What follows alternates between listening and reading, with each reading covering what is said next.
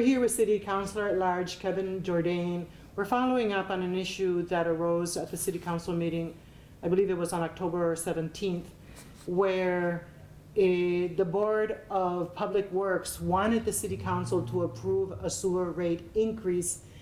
And between the lines, it seems, in a letter that it wrote and that was presented to all the councilors, it seems that the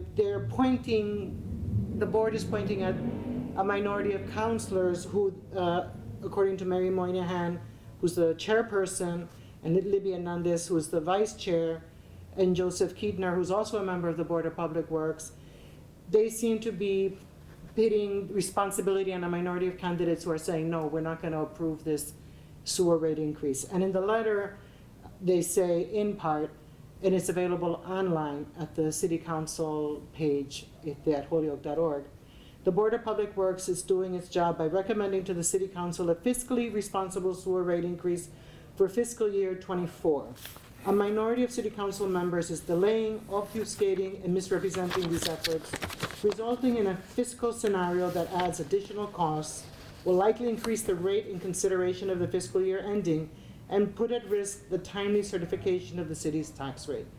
City Councilor Jourdain, you spoke during the City Council about this. Yes. I interviewed Mrs. Moynihan and Mrs. Hernandez afterwards, and they basically repeated this. Right. Do you agree with that assessment? Well, clearly not, obviously. Why and, not? Well, and again, Natalia, thank you so much for giving me the opportunity to respond. They had their chance to make a statement, and I would on basically what they're saying. So I've prepared a statement that I wanted to go through for the listening audience, who I do so appreciate having the opportunity to hear both sides of the argument, and they can decide for themselves what is correct.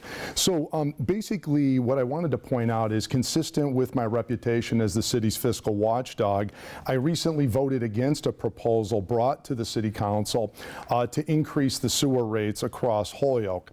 People who follow the council know that I've been opposed to privatizing our city sewer system since back in 2005, just like the voters did when they voted in a public referendum question not to privatize, and I supported and honored their vote. Because I was worried that future cost increases would occur and there'd be a lack of cost transparency, which is exactly what we're seeing today, as I'm about to explain. So since that time, the cost of sewer service has gone from a rate of $1.95 now to $7.50, a 384% increase. And spending is now just a giant black box, unlike when we had line item control under public operation.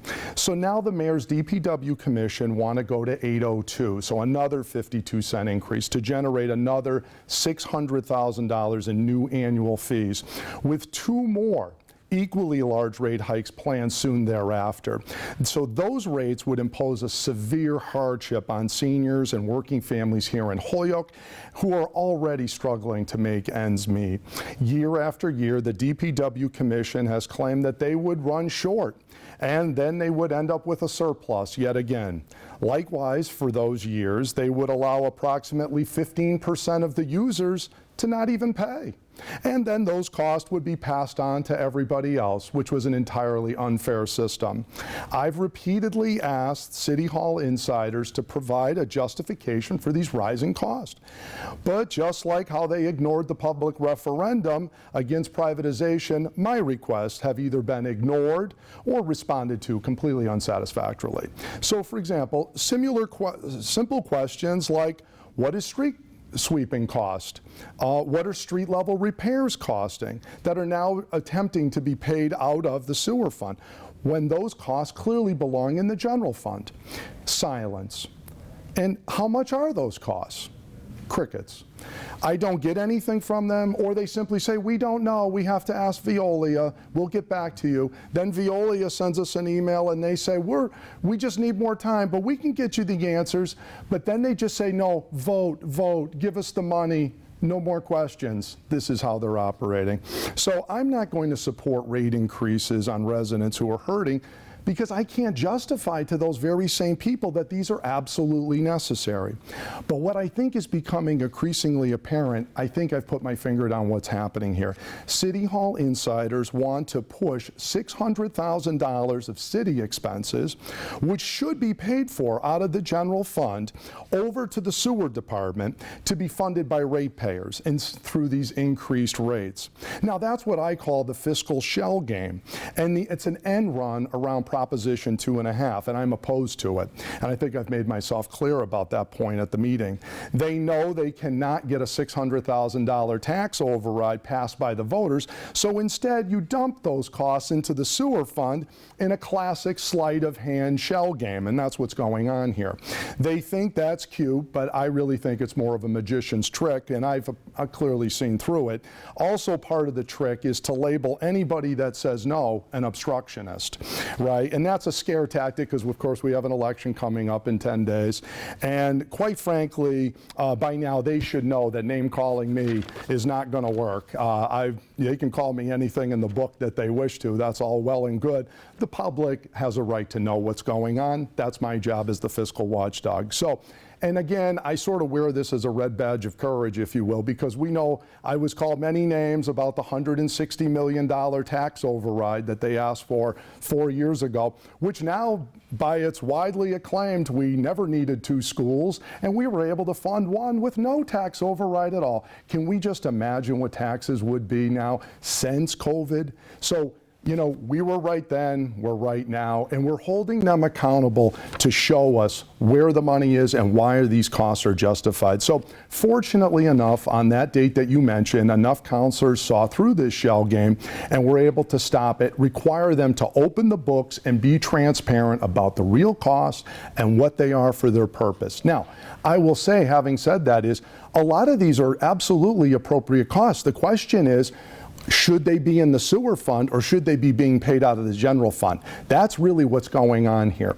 And if it is responsible to be into the sewer fund and they're very transparent about what all these costs are, then we're happy to then revisit whatever the appropriate rate has to be. So I think until I get the answers to those questions, I think I have to continue to side with taxpayers and ratepayers, vote no on these increases, and this is just what independent, responsible city councilors do. I'm not here to be a rubber stamp. I'm sorry if that's frustrating to them, but I'm here really to represent the people, and that's what I'll continue to do.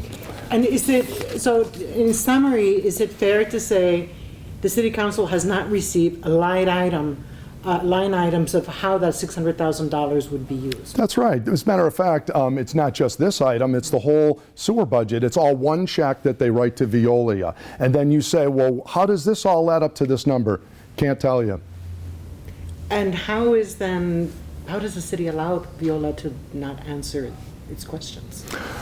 Well, they say accordingly to the leaders at Veolia, they're going to get back to us. Well, when you get back to us, then we'll take up your sewer rate proposal. Okay. So they have not gotten back? No. So we put the matter back in committee, and we're still sitting here waiting patiently for answers.